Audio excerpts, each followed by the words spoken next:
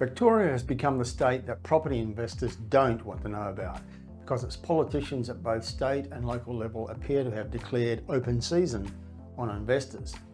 The state government in Victoria has a budget deficit problem and has made the decision that many politicians in Australia make, which is to resort to the housing market as their favourite cash cow.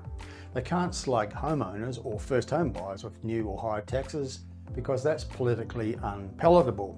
But investor owners are relatively few in number, so they can attack them with less damage politically. That's going to result in fewer investors and therefore fewer rental properties and therefore higher rents for tenants. But hopefully, in the minds of the state politicians, the tenants will blame their landlords rather than the state government. So the state government in Victoria has smashed owners of investment properties in the state with big increases in existing taxes, notably land tax, and with the introduction of new taxes. It's almost as if they see investors as a criminal class and they all need to be punished. And if that isn't enough, now the state government has announced it will mandate the upgrade of a range of components inside rental homes.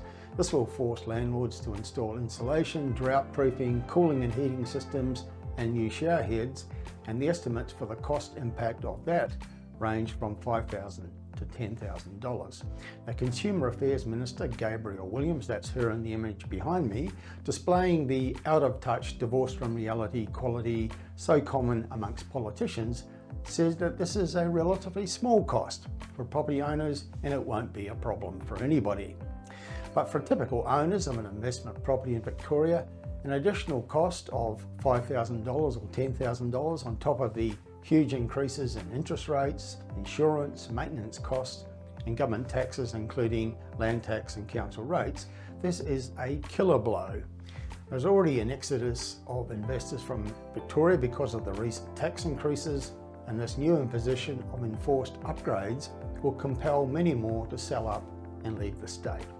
Now, veteran property commentator Jonathan Chancellor has described the Victorian state government measures as a lesson in what not to do in the face of a rental shortage crisis.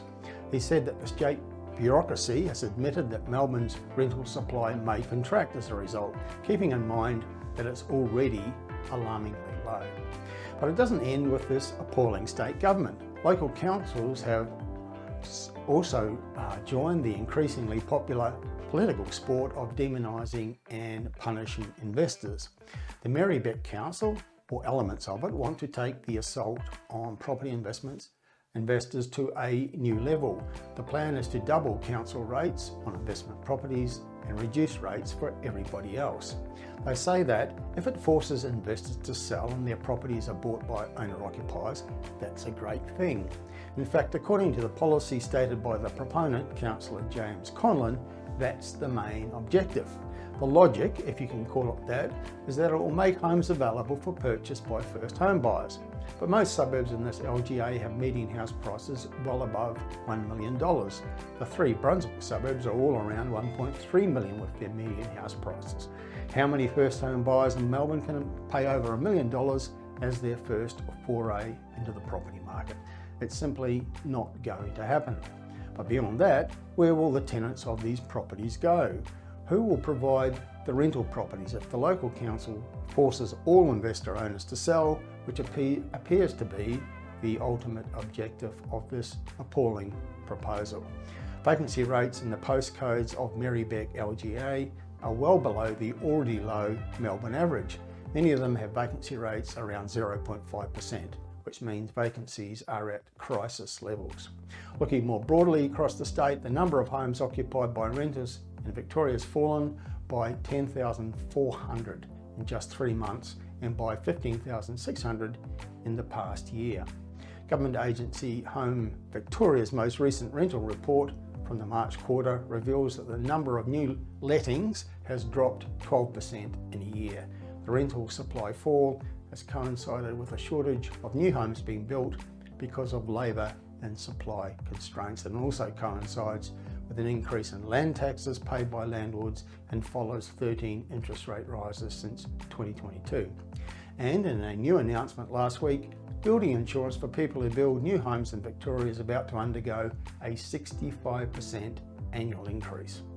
Australian Bureau of Statistics figures released earlier this month revealed that housing loans taken out by investors in Victoria were well below the national average amid what is being described as an exodus of investors from the Victorian property market.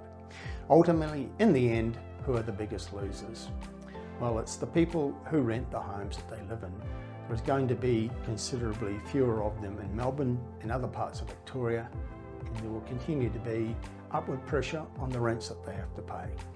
Unless, of course, someone is silly enough to implement a rental cap, which will cause even more investors to sell and create an even bigger rental shortage. A rental cap is no use to you if you can't find a place to rent at any price because nothing is available.